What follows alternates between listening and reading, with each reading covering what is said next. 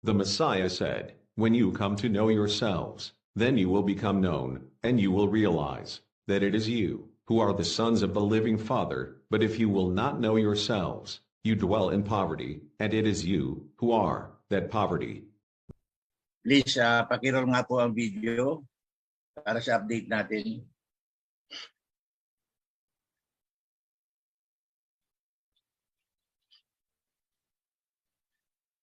So yan po mga kapatid, sa kabila po ng tayo ay hindi maganda ang mga panahon ngayon dahil rainy season na, at sa kabila po ng daming ginagawa, pero nakita niyo mga kapatid, ang first floor po o ang ground floor ng ating temple ay almost complete.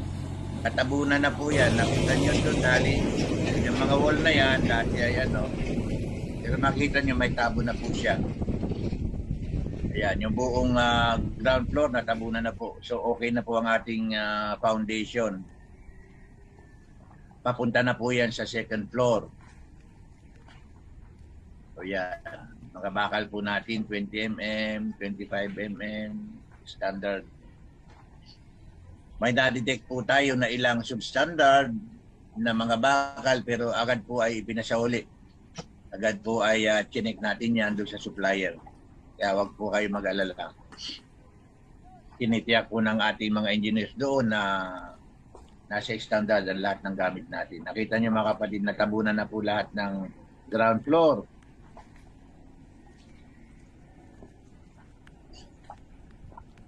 Ayan, nasa level na po yan. O, nakita niyo mga kapatid, ang ganda niyang angle na yan. Opo.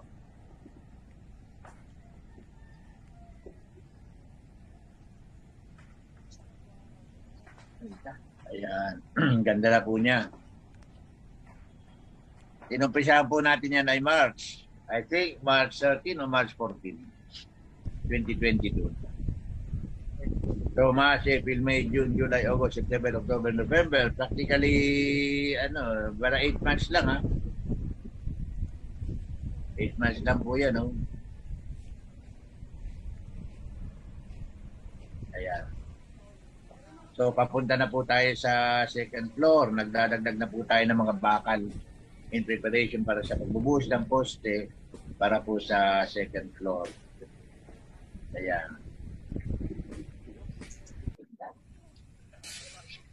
Ayan na po yung ground level natin. No? Nakita niyo mga kapatid, halos pantay na po siya. Oh. Ground.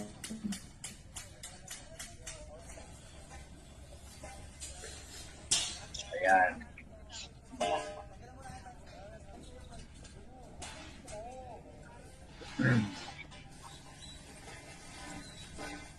Patuloy po ang construction kahit basta maganda ang panahon, tuloy-tuloy po ang construction mga kapatid. At salamat sa naabangan agad po natin ang mahal na hari ang pagtaas ng mga cost ng construction materials. Nakasave po tayo ng around 500,000. Ayan. Sa kabila ng ilan lang po ang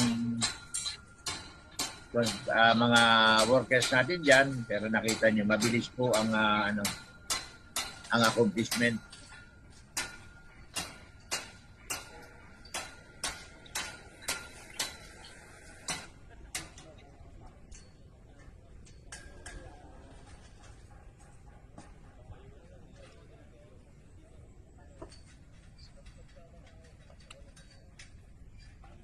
So next slide, next video, bro.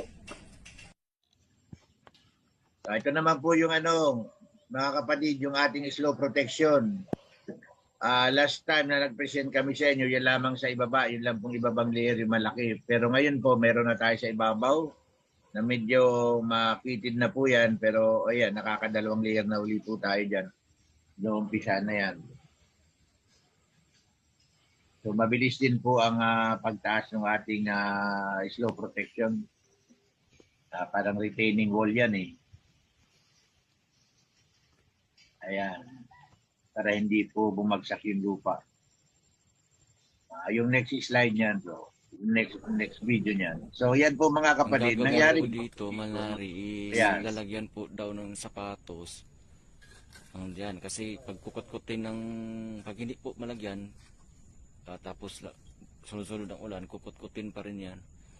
So nagpla-plastering po mga kapatid yung mga pagitan in between the boulders. Nilalagyan po yan ng concrete, rubble concrete. At dahil nagkaroon po ng pagguho yung lupa dyan sa ibaba, ay lalagyan po yan ng wall. Lalagyan po yan ng ang tawag nila dyan yung column para maproteksyonan po yung buong haba ng regrabbing work. So yun po ang development sa ating temple mga kapatid. Maraming pong salamat at gabayan tayo ng ating Aba habang nandito si Typhoon Pai. Ang lakas po ng ulan dito sa amin ngayon, lalo lumakas. So salamat po.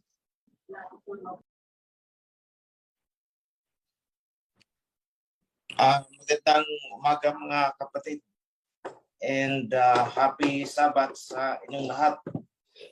Sa kabila ng tayo ay mayroong sinusuong na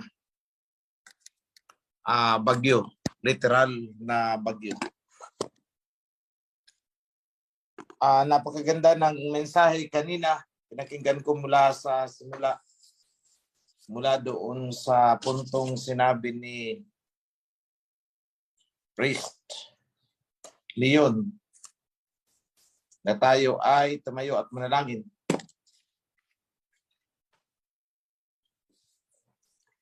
So, mga kapatid,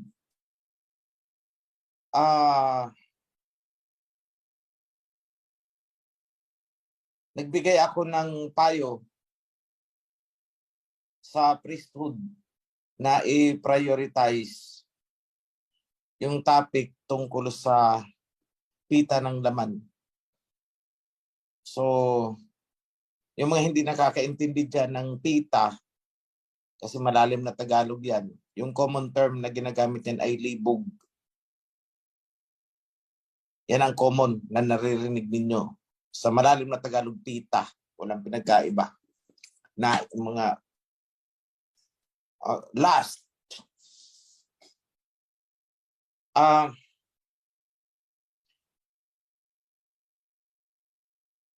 Marahil nagtataka kayo bakit ganyan ang advice ko. Bakit yan ang topic na ni-request ko. Kung nasa lower levels kayo, nasa grassroots, sasabihin nyo, wala naman dito sa amin ganyan, walang ganito, walang ganyan. Pero, pag naandito kayo sa taas, kung saan natitipon ang mga report tungkol sa mga bagay na yan, kasi syempre sa baba, may 2 or 3 na nakakaalam, hindi naman nila yan ipagkakalat sa buong chapter eh. Magre-report yan paakyat. Ilang chapters kayo? Lahat matitipon sa amin sa taas. Dito. So sabi ko, teka lang, parang dumadami ang reported cases tungkol dito sa bagay na to. So I said, prioritize nyo. I-topic agad ito. To remind them, to give and admonish, rebuke. So alam nyo mga kapatid, ayoko namang mapahiya ang mga ibang kapatiran natin na nai-involve sa ganito. So we do it discreetly. Hindi ko ito pina-public trial. Pero kung paulit-ulit, mapipilitan akong gawin ito para makapagbigay ng sample. How is it in the kingdom? Paano nililitis ang ganitong bagay? So, pita ng laman, babae sa babae, lalaki sa lalaki, babae sa babae. Reported lahat sa akin. Natitipon dito sa taas. Akala nyo walang nangyayari. Meron. Sa lahat ng mga kinaukulan, I hope naririnig ninyo. Nakakarating sa amin po. Nakakarating. 4 na letra lang ang salitang bibitawan ko sa inyo. Stop. Ihinto nyo yan. Kasi ang kasalanang ginagawa ng isa man sa inyo is nadadamay ang kawan. Naalala ninyo yun? Yung nagnakaw ng ginto. Isa lang naman ang may kasalanan dun ah. Pero buong kawan, buong Israelites, nadamay sa consequences. Kasi nung sumabak sila sa laban, di ba may isang nagnakaw na ginto? Was it Nadab? Akan. Nathan. Akan. Akan. Di ba siya lang naman ang nagkasala eh. Pero bakit nag-suffer almost? Buong kawan nag-suffer ng consequences. Kasi isa lang sa atin ang magkasala at tumalikod sa atin ang Aba. Lahat damay sa consequences. Pag tinalikuran tayo, ganyan kayo eh. Meron diyang mabaho sa inyo eh, alis ako. So halimbawa, 100 tayo sa isang kwarto. Biglang may umalingasaw. Sabi ng Aba, alis ako, baho dito. O edi damay ang iba na hindi naman pinagmulan ng alingasaw. Ganun lang yun. They always will suffer the consequences. Damay-damay pag tumalikod ang Aba.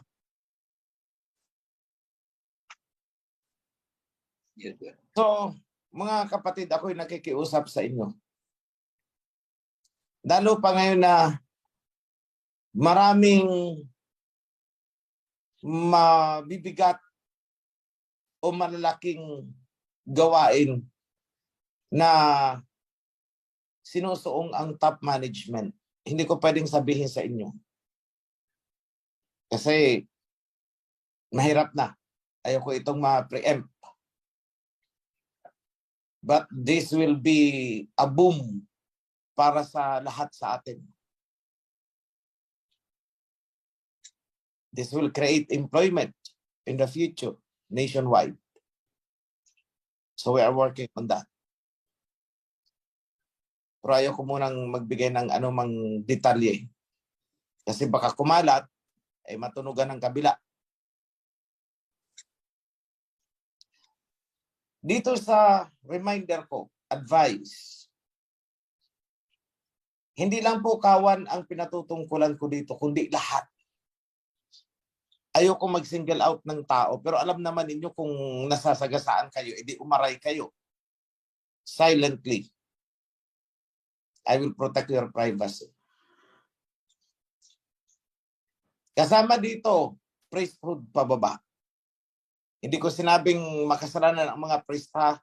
Ang sabi ko lang kasi, ayokong may isi-single out. So sisimulan ko na lang sa pinakataas mula kay Prime Minister pababa. Alam niyo naman sa sarili niyo kung ano yung mga itinatago-tago ninyo eh. Nasa sa inyo na yan. You don't have to confess sa akin. Ang akin is confess to the alahayam kung nahihiya kayo sa akin, which I do not require you na sa akin kayo mag-confess. Huwag kayong hihingi sa akin ng tawad. Pag sa akin kayo humingi ng tawad, kaipokritahan yan. Bakit?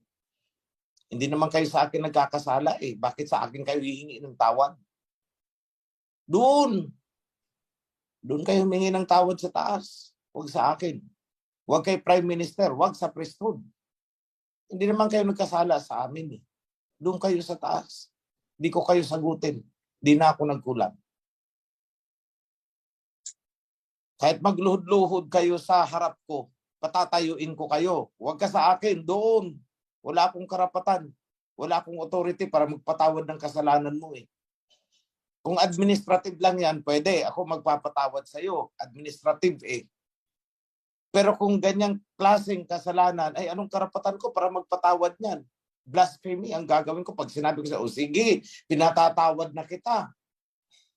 That's blasphemy. Alam ko kung anong limitations ko. So, sa akin is, pag-isipan yung mabuti, itong sinasabi ko. Ang iba dyan sa inyo nagkakasala, kesyo binigyan ng ganito, binigyan ng ganon, binigyan ng ganon. Binigyan ng bahay, binigyan ng pera, binigyan ng kotse, binigyan ng ganito, ng ganon, whatever. Kaya sabi ko kanina, kay Prismark, parang napapansin ko, may tatlong klase tatlong P. Oh, muntik nang maging apat, parang 4 Ps. Oh. Pera, puri, pita. Oh, yan yun eh. Tatlong P. Pera, puri, pita. Huwag na yung isang P. Masyado namang bastos yun. Huwag na. Baka yun ang naglalaro sa isip mo. Pero parang kasama din mo.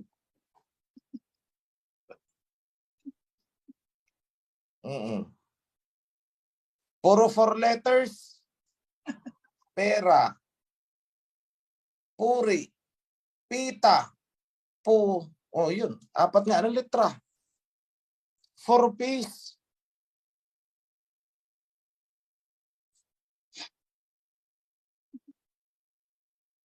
Sandaling ligaya lang yan, pero ang consequences niyan, ewan ko sa iyo.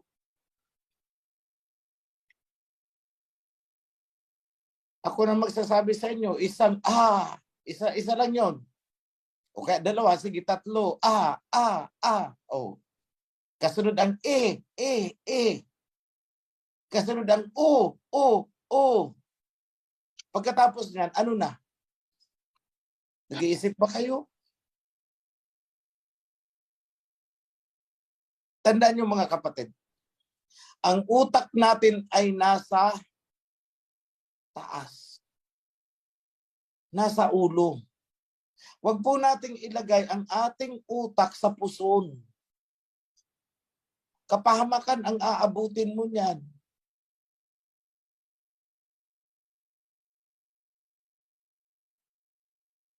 Remember, kahit mapatawad na kayo, still, hindi kayo exempted sa consequences ng ginawa ninyo. You will suffer still.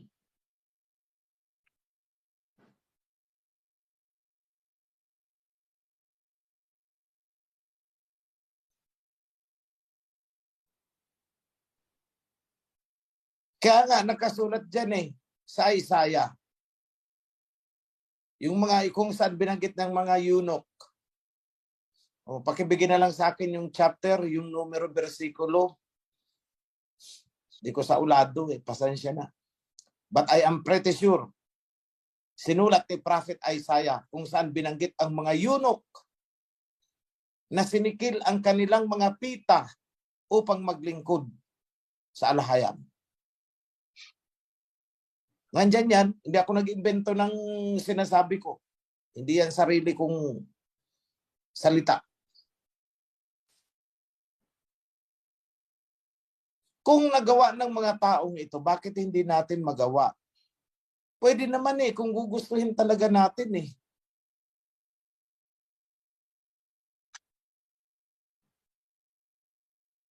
Buti pa sa Imelda Papin, ang kanta is Utokso, layuan mo ako. Ang alam ko may kumakanta dyan, Utokso, naririto ako. Ano man yan, klase na yan. Imbis na lumayo sa tukso, Utokso, naririto lang ako. Narito ako. Buti pa si Imelda Papin ba, kumanta, Utokso, layuan mo ako. Buti pa yun. Walang alam na covenant, pero ang kanta niya ay Utokso, layuan mo ako. Ang iba dyan sa inyo, Utokso, narito ako. Anong klase man yan? Alam niyo mga kapatid, ito. Kapag gumawa kayo ng ganyang klaseng milagro, nagluto kayo ng nagluto doon sa kwarto. Dahil meron sigurong kwarta sa kwarto. Sisingaw at sisingaw ang amoy niyan. Nagigisahan kayo doong ng kung ano mang niluluto ninyo, sisingaw yan. Pagbukas mo ng pinto, lulusot yan. At maaamoy ko.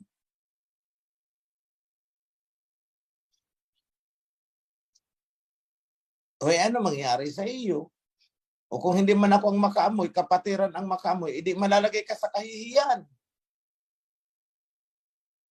Pag nalagay ka naman sa kahihiyan, iiyak-iyak ka dito. Sasabihin mo, ikaw ay pinagchichismisan.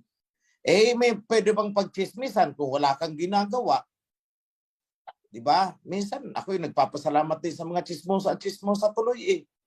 Sa totoo lang, ayoko lang sabihin, kapatid, salamat sa chismis mo sa akin. Mapapatawag natin itong kapatid na naliligaw na. Kaya lang dito kasi sa atin, ang chismis, pag may ebidensya at may katotohanan, hindi yan chismis. Kasi ang chismis may element na kasinungalingan at para sirain yung tao. Sa atin, hindi yun. Hindi ganun. At kapag sa akin inireport, hindi yan chismis. Provided na totoo rin ang sinasabi. Hindi yan chismis. Matter of fact yan.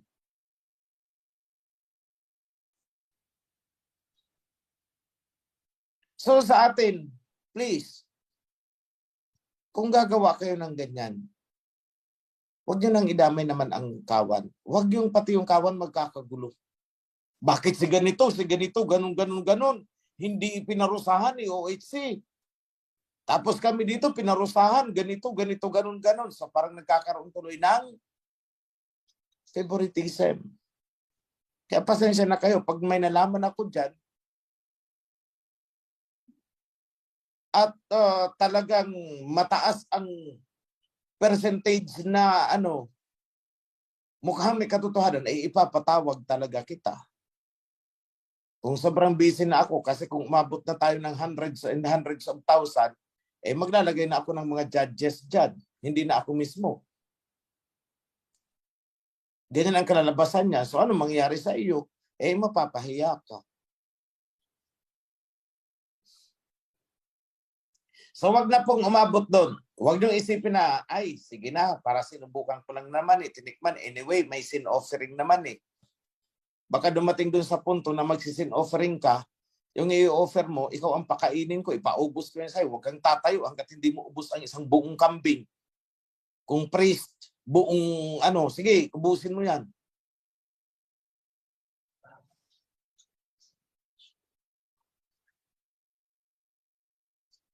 Dalawang ipaprepare ko, dalawang kambing.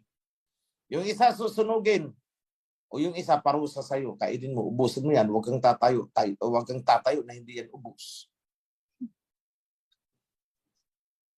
Ganyan po tayo dito. Ngayon, alam nyo, hindi kayo masasawata sa ganyang gawain kung hindi nyo kakapain ng inyong sarili. Ano ba yung nagtutulak sa'yo para magkasala?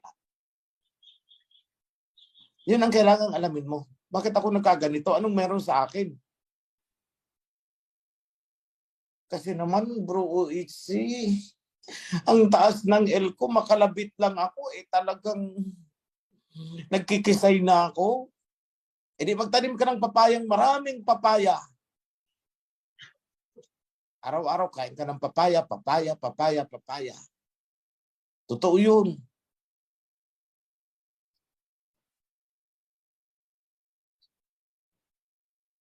Ngayon pupunta ako dun sa isang klaseng pagkakamali kung saan isa sa kapatid natin ang muntik ng matagpas sa kawan pero hindi tagpas ang ginawa ko.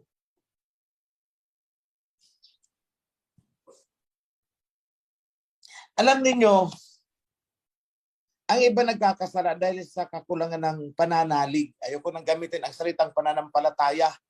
Mga priest, alisin ninyo yung salitang pananampalataya. Ayoko niyan. Kasi itong mga sinasabihan ninyo tungkol sa pananampalataya ay galing yan sa iba-ibang sekta. Iba ang kahulugan sa kanila ng salitang pananampalataya. Tingnan nyo ito ha. Kunwari galing sa XYZ Church. Ang naririnig niya doon ay si kapatid. Wala na sa pananampalataya. Ang ibig na palang sabihin ay hindi na naniniwala sa katuruan. Yung set, yung doktrina, ang tawag nila sa mga doktrina ay pananampalataya. So dapat sabihin nila, ay ang ating kapatid hindi na naniniwala sa mga doktrina. Ang ating kapatid ay wala na sa doktrina. Instead of saying, ang ating kapatid ay wala na sa pananampalataya. Tingnan mo sa English, faith. Pero ang pinakakahulugan nila sa salitang faith ay belief. Magkaiba yun. Set of doctrines na pinaniniwalaan nila, yun ang sinasabi nilang in one word, faith. Wala na siya sa faith. Wala na siyang faith. Nakita nyo kung paano nilalapatan ng ibang kahulugan ang salita. Sa Tagalog, pananampalataya. Wala na siyang pananampalataya. Wala na siya sa pananampalataya. Yung palang tinutukoy, wala na siya sa mga doktrina. Hindi niya na gusto yun. Inayawan niya na.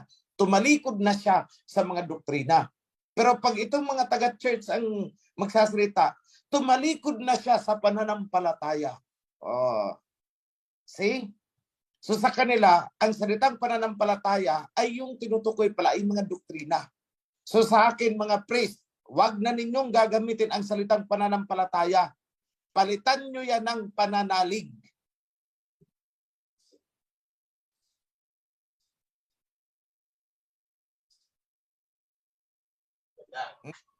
Naintindihan nyo mga priest?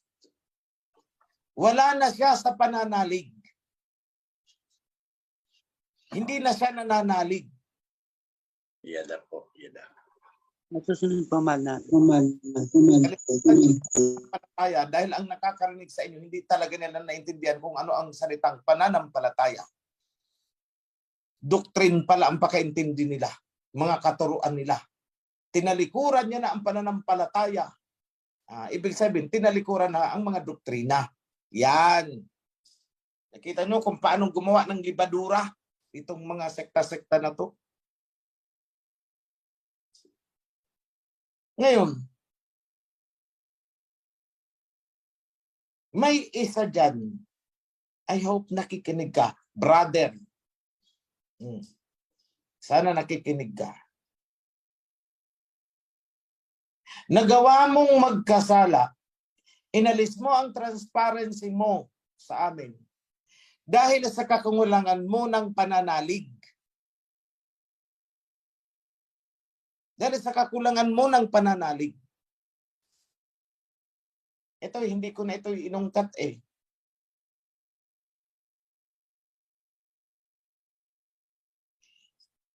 Ang sabi mo ay hindi ko ito ibibigay sa kanilang itong lupa, hindi ko sa kanila ibibigay sapagkat masakit sa kalooban ko na makita itong lupa ko na nakuha nila at ako'y tatagpasin. See? Wala kang pananalig. In the first place. Paano mo nasabing ikaw ay tatagpasin? Ano ang naglalaro sa iyong isip? Bakit sinabi mong ikaw ay tatagpasin? At bakit ka matatakot sa salitang tagpasan kung ikaw naman ay walang ginagawa? Na taliwas sa mga protocols natin, taliwas sa covenant. So, ibig lang sabihin, kaya pala ganyan ang mentality mo. Kaya pala ganyan ang naglalaro sa iyong isipan. Sapagkat, una, wala kang pananalig. Pangalawa, may ginagawa ka na alam mong hindi tama. Kaya sabi mo, ako'y tatagpasin. See? Saan nagsimula? Ito, sabihin ko to sa inyo lahat.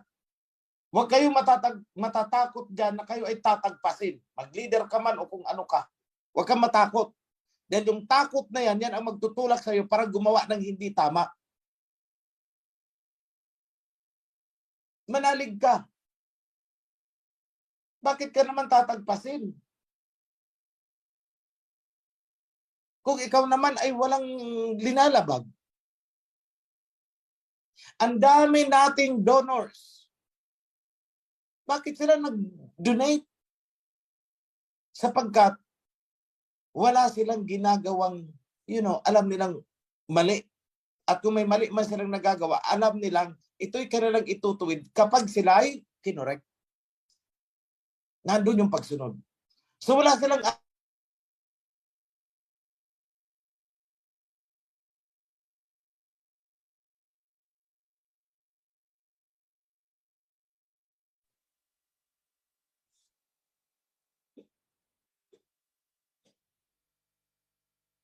kaya nalulungkot ako na dahil sa kakulangan ng pananalig sa samahan, pananalig sa covenant, nagawa niyang ilihim at labagin ang mga protocols. At yun ang naghantong sa kanya upang gumawa ng isang bagay without transparency, without permission mula sa taas. At siya ay nasagasaan ng protocol. Alam ko yun. Hindi man sabihin sa akin, alam ko ang mga nangyari dyan. Alam ko ng pangalanan kung anong chapter. Pero alam ko. Masakit sa aking kalooban kung makukuha nila ito at tatayuan nila ng HOP. Tapos tatagpasin nila ako. Bakit mo naman naisip na tatagpasin ka? Kasi meron ka sigurong ginagawang hindi maganda at alam mong yung ginagawa mo ay taliwas sa protocol. Kaya inisip mo na natatagpasin ka. Dahil alam mo naman ang protocol natin. Pag mali ng ginagawa mo, tatagpasin ka. So inisip mo na tatagpasin ka kasi meron kang ginagawang hindi tama. Doon, nag-ugat.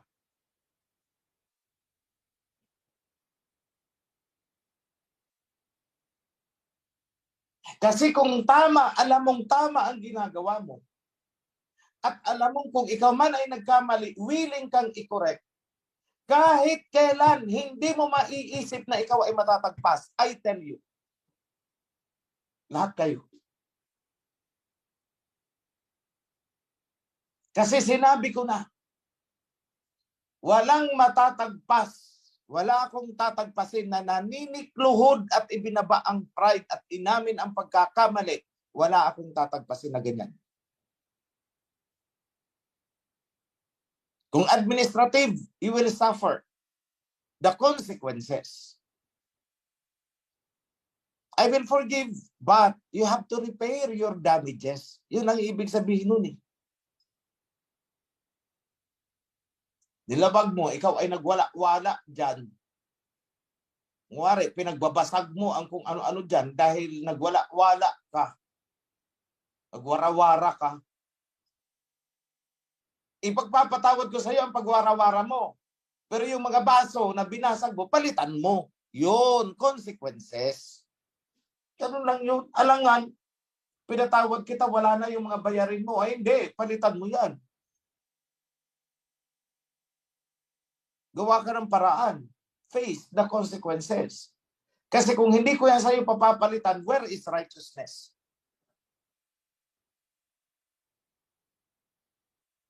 Yan nga ang sinasabi ko. Kunwari, binuntal kayo, sinuntok kayo. Tinaga kayo, naputol ang kamay mo. Hindi ka na nakapagtrabaho. Sabi mo, patatawarin ko siya. Pero, since hindi na ako makapagtrabaho, sustentuhan at buhayin niya ang pamilya ko. Yun. Face the consequences. Ganyan naman ang aba eh. Anong tawag natin dyan? Righteousness. Hindi pa pwedeng patatawarin kita, patatawarin ka ng aba, at absolto ka na pati doon sa consequence ng mga ginawa mo. Bakit? May masasagasaan tayo. Anong sabi? You reap what you sow. Kung anong itinanim mo, aanihin mo. Anong itinanim mo? Nagwara-wara ka. Anong itinanim mo? Tinaga mo ang isang kapatid. Ano ang bunga nun? Nawala ng trabaho at hanap buhay yung kapatid. Tinanggalan mo ng 2 kamay. Tinagpas mo. Taga mo. Chinap-chap mo. Butit na buhay. Yun ang itinanim mo. O ano ngayon ang bunga nun? Nagdudusa ang pamilya. O ano ikaw? Anihin mo ang consequences. Anihin mo ang bunga ng ginawa mo. Buhayin mo ang kanyang pamilya. At pasalamat ka na lang, hindi ka niya ipinakulong sapagkat pinatawad ka. Yun po yun. That is righteousness. So dito, sa mga mahilig sa 4P, pera, nagkakasala sa P, pera, puri, pita, at ewan ko kung ano yung isa, ayoko nang banggitin. Kapag ikaw ay nagkasala sa ganyan, ay aba, pwede kang patawarin ng alahayam. Kasi sabi naman dyan, lahat ng pagkakasala ay may kapatawaran eh. Pero may pasubali, maliban doon sa mga kasalanang sinasadya at ikaw ay nananadya na. Wala nang natitirang handog. At kahit ako sasawayin ko ang priest, pang ilang adultery na ng taong yan, ay pangatlo na ito eh. Ay wag mo ka nang sunog-sunog dyan, baka ikaw ang sunugin ko dyan. Hayaan mo siya. Yan talagang ituturo ko. Pangatlo na eh. Eto, mga kapatid, kapag nagkasala kayo sa pangangalunya at magpapasunog-sunog kayo, pwede pa kayong ipagsunog ng priest ng sin offering sa unang pagkakataon. Pero yung wala pang isang taon, bumalik ka na naman, pangangalunya ulit. Eh sasabihin ko sa priest, eh siya ang sunugin mo dyan. O pag nilabag ako ng priest, eh ikaw priest ang sunugin ko dyan, tagpasin kita. Grave abuse of authority ang ginagawa mo. Akala mo, porket priest ka, lahat ng gagawin mo is kaaya-aya na sa aba. Ay teka lang.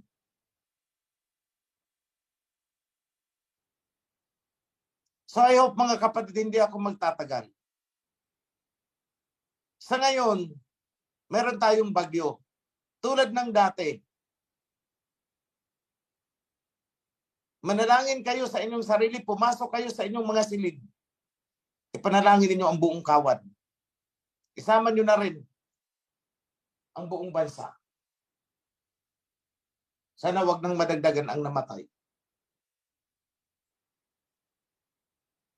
Pero sa tingin ko talaga ito, ewan ko ba kung bakit itinaon ng aba itong bagyong ito sa Halloween. Diba? All Saints Day, All Souls Day. Mag-Halloween na naman sila.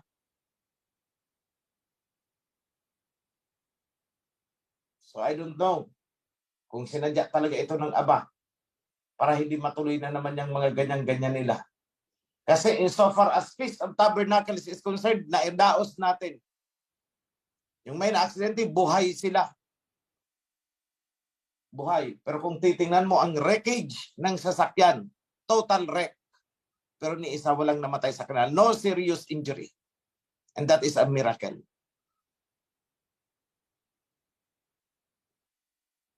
So yung isa, naniguro ako. I-confine niya sa hospital, ipa-CT scan, paobserbahan lahat kasi meron siyang sugat dito sa may ulo, so dito sa may pisngi at yung mata ay parang namumugto. Confine yan. So, ginastosan natin yon. But it turns out, after a few days, pinauwi siya. You are safe. Pero kung tingnan nyo mga kapatid, ang sasakyan na ginamit nila, total wreck. Hindi talaga pakikinabangan. Pati yung mga sanggol, yung bata na ligtas na. Mga kids. And that is a miracle. Why? Kasi galing sila sa Feast of Tabernacles. Hindi ipapahiya ng aba ang sarili niya. Katatapos na mag-Feast of Tabernacles, bakit ganito? Buong pamilya patay. Hindi po nangyari mga kapatid. And I'm very thankful for that.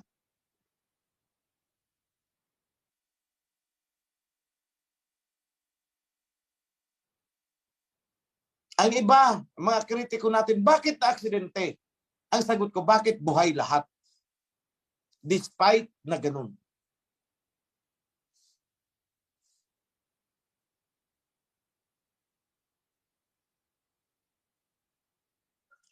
And remember mga kapatid yung Sabbath. There were 2 cases na nilabag ang Sabbath. At ang mga lumabag ay may patay. 2 cases reported sa akin. Which is, ang bilin baga sa atin, huwag kang magkakaroon ng sarili mong lakad sa araw ng Sabat. Yung pansarili mo. Ibigay mo sa akin ang Sabat. Huwag kang hahakbang ng sarili mong nais. Ibig sabihin, huwag kang gagawa ng undertaking na pansarili mong nais sapagkat it's a Sabbath.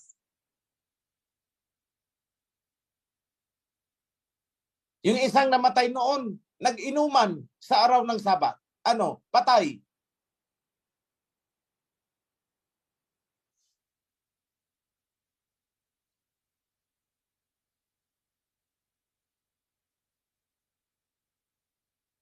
Isang case, ang alam ko, nag-swimming. Araw ng Sabat. Ano? Nangyari? Patay. Ako'y hindi mapanghusga. Ako'y nag-uobserba lang. Pero sana makita nyo ang sinasabi ko, kayong lahat na nakakaalam sa mga pangyayaring ito. Tingnan nyong mabuti. Which is, tingin ko kung hindi man nila ginawa yun sa araw ng Sabat, hindi sila nagkaroon ng ganung lakad, hindi naman siguro sila magkakaganon. I don't judge.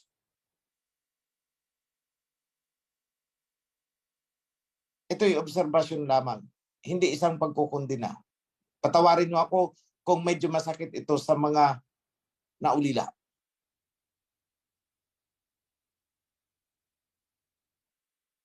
Pero gusto kong tingnan ninyo ang positive side. Ipinaramdam sa inyo ng alahayam ang kanyang presensya. Yun ang positive side nun. Parang sinabi sa inyo, huwag niyong kakalimutan na ako'y naandito sa inyo.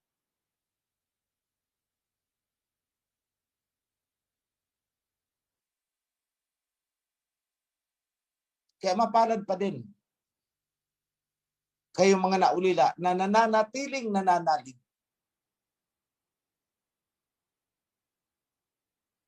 Masakit sa akin, mas lalong masakit din sa inyo. Pero kailangan harapin natin ang katotohanan at katotohanan na yan ang magpapalaya sa atin.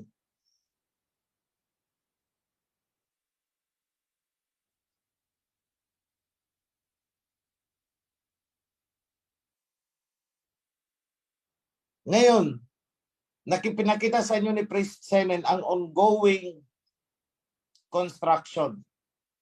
Yung nakita nyo kanina na sinabi ni Priest Senen na tinabunan na ang ground floor, ibig sabihin, feeling natin na pinapantay na yung lupa sa ground floor kasi di ba hinuka yan. So magda-dumping na sila ngayon. After ng dumping, sesementohan na ang flooring niyan. As they move up to the second level. Hanggang third level po yan at saka bubong. Ang bubong po niyan is puro slab yan. So, ang sinabi ni Priest Senen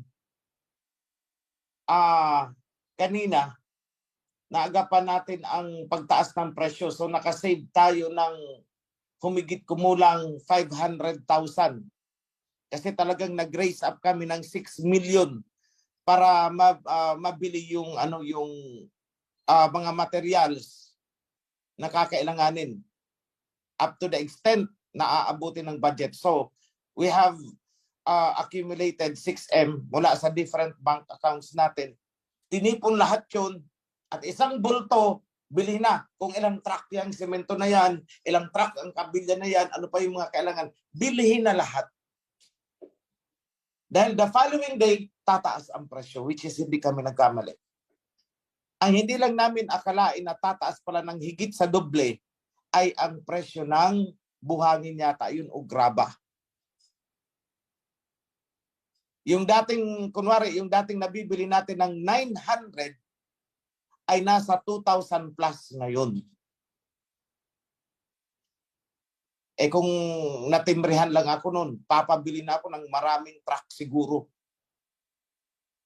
milyon ang matitipid sana natin, but wala eh. Di natin sukat akalain.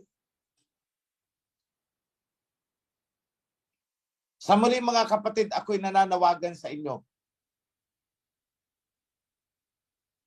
Huwag po kayong panghihinaan ng loob sa kabila ng mga nangyayari. Tuloy ang templo. Sasama-sama natin pagtutulungan sa abot ng inyong makakaya. You have 3 years more to go, 2 years more to go. Wala pa pala, hindi pa tapos ang isang taon.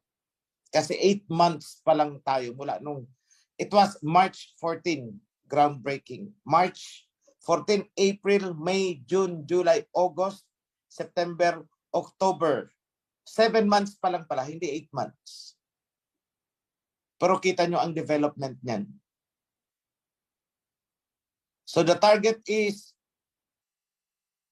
by March, after 3 years, so 2022, 23, 24, 25, tapos ang temple. And wonders will happen.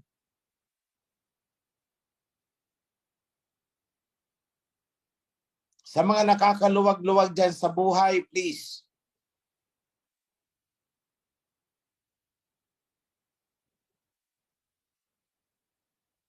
ang aba naman natin ay hindi nakapikit. Nakadilat siya. Nakatingin kung anong ginagawa natin. If He gives punishment, He also gives blessings. Dalawang naman ang pinamimilian natin. Kami dito sa pamunuan, rest assured. Everything to the last centavo is handled with utmost care. Talaga pinag-iingatan namin yan. Ini-scrutinize namin bawat pisong lalabas. Is it worse? Alam niyo mga kapatid, ako'y naandun sa punto na minsan sasabihin ko, wag na lang, sayang ang gasolina. Sumabay na lang sa'yo para wag nang gagamit ng isa pang sasakyan. Isa lang. I'm doing that. Because I know every centavo counts. Sa international scenario, this is an update now. Sa iba sa inyo na hindi masyadong tutok sa mga balita. Ang Russia ay nasa testing ngayon ng nuclear. Nakadalawang test sila ng nuclear bomb. And they gave the warning, wag nyo akong sasagarin. Wag nyo akong pipilitin. Pakakawalan ko talaga itong nuclear. We have all of this. Yan ang sabi ni Putin. Sa economy, ito ang kinalulungkot ko. Yung gobyerno natin kinansela ang kontrata sa Russia concerning dun sa helicopter. Dahil sa Amerika. Amerika daw ang magtutuloy. Alam niyo, maling-mali yan. Sobrang mali itong ginawa ni Bongbong. Sobrang mali. Bakit sobrang mali? Unang-una, kinalimutan ni Bongbong. Sabagay, hindi niya ito alam eh.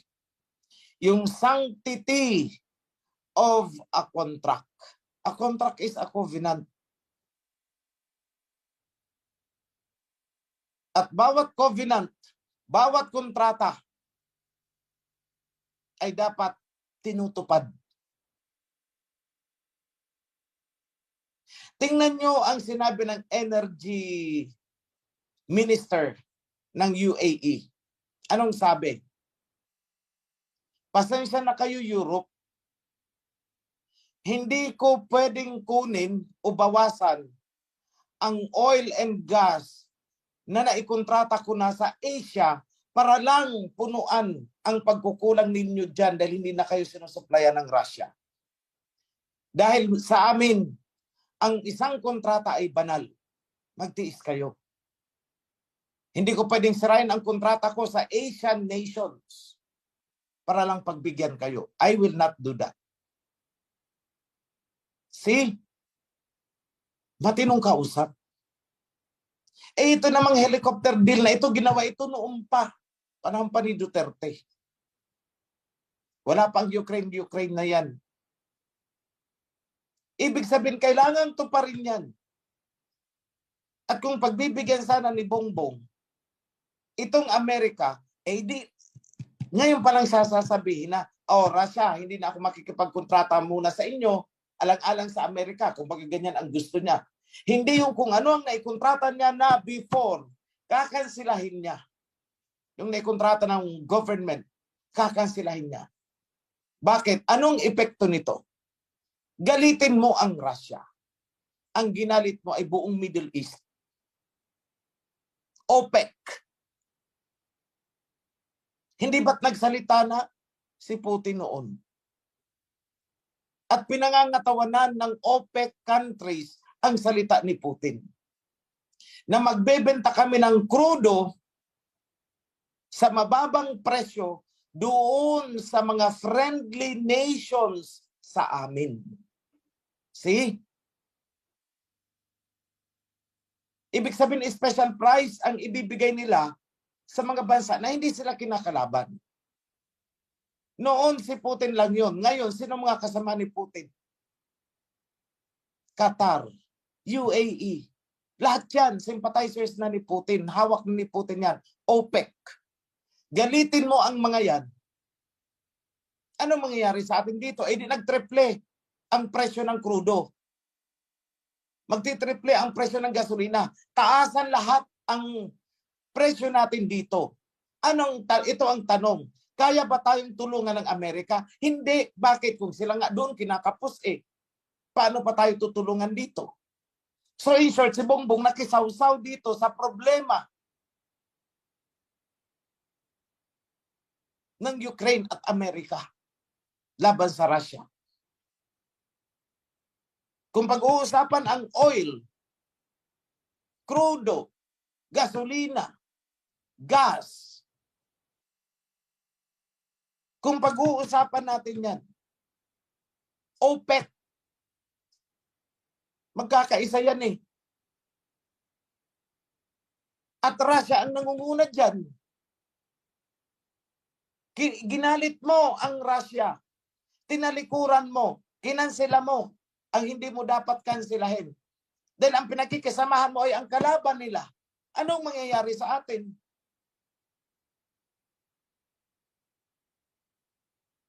Sa mga kapatid, ito, tandaan ninyo ito. Kapag nagtaasan ang mga presyo ng gasolina dito sa atin, alam nyo na kung sino ang may kasalanan. Alam nyo na kung sino ang leader na may kagagawan. Dahil dapat sana kung ayaw niyang kakampi, kanino man nagpaka-neutral siya, tanggap sana yun ng OPEC. Hindi ako nagkamali noong sinabi sa inyo. Maraming nagalit sa inyo. Ang iba gusto pang magkora. Sana nakikinig kayo ngayon, mga kora. Anong sinabi ko sa inyo? Didila yan sa puwet ng mga kano. Ano ang nangyayari ngayon? Hindi ba tama ang sinabi ko? Kailan ako nagkamali? Kailan ako nagkamali? Kailan hindi naging totoo ang mga sinabi ko?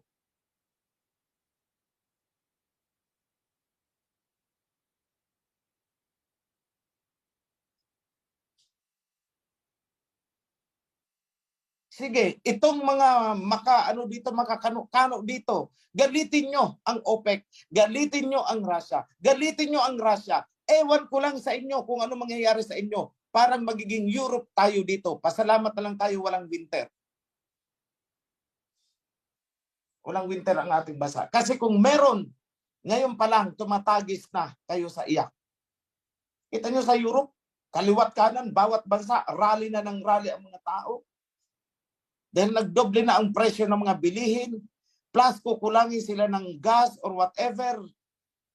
Sakaling lumamig ng todo-todo ang winter, kakapusin sila ng gas. Ay, ano mangyari sa kanila? Edi frozen. Bakit? Nakiisa kasi sila sa mga kano-kano. Sinanksyon nila ang Russia. Sanksyonin mo ba naman yung bansa na pinagkukunan mo ng energy ay katanga mong bansa, napakatanga mong leader.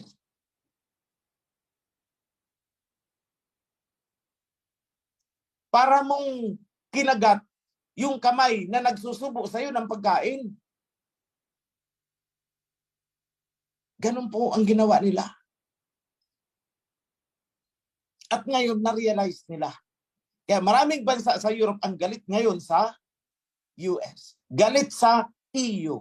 Galit sa NATO. Panoorin nyo dahil rally sila. Kada bansa, rally sila ng rally ang mga tao. Ilang prime minister na ang nag-resign. Pinag-resign nila. Bumaba ka dyan, pinahamak mo ang buong bansa natin. Nakisanction-sanction ka. Ito naman ginawa ni Bongbong, pakikisanction niya na, kinancel niya. Actually, hindi na nga covered yan ng sanction eh. Dahil ang transaction na yan is noon pa. Hindi ko alam kung nagpapakitang gilas, nagsisip-sip o ano. Ito namang gabinete na to, sandamakmak. Ay, ewan. Hindi sila nag-isip.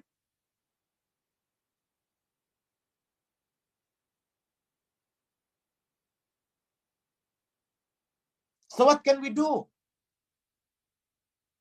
Ano pa nga bang magagawa natin? Pray. Huwag sa atin magalit ang OPEC countries. Dahil isang bulong lang ni Putin, tingnan mo itong ginawa sa akin ng Pilipinas, kinanselan kami dito. Sagutan man ng DI, sige, turuan ng leksyon. Pagdating ng krudo dito, doble ang presyo. Ano ngayon? Sana naisip yan ni Bongbong.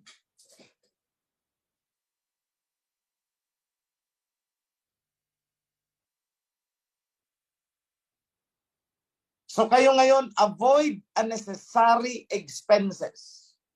Avoid. Live a simple life. Mamuhay ng simple. Ang importante, hindi kayo nagugutuman.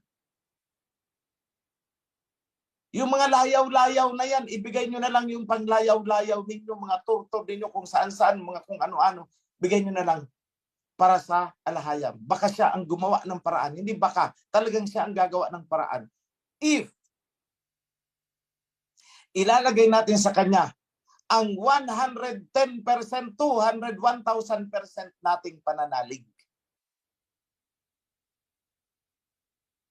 Ilang mga kapatid ang panawagan ko sa inyo.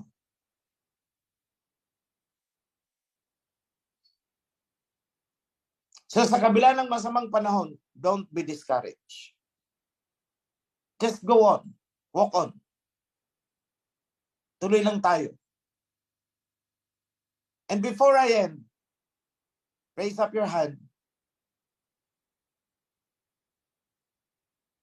I'm going to pronounce a blessing.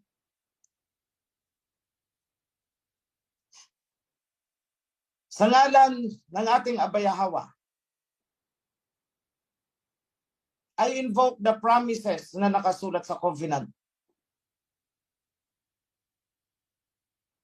Promise na ibinigay ng ating Aba sa ating mga ninuno down to the last generations natin na kanyang pagpapalain. Maaliwalas na pamumuhay, malusog na pangangatawan. Hindi man malayaw na pamumuhay, kundi sapat na pagtugon sa ating mga pangangailangan. Naway magkaroon tayong lahat. Tayong lahat. Mula sa Prime Minister at Tuhan sa baba. Nasaan man kayo sa panig ng sumaatin sumainyo lahat. Mga ipinangako ng Aba ayon sa covenant that I invoke. In the name of our King Yahawashai. Yada, Shalom, Happy Sabbath sa inyong lahat mga kapatid. Salamat sa mga organizers nitong Sabbath Zoom session natin. MCIT and lahat ng info. Thank you. Be blessed mga kapatid. Yada.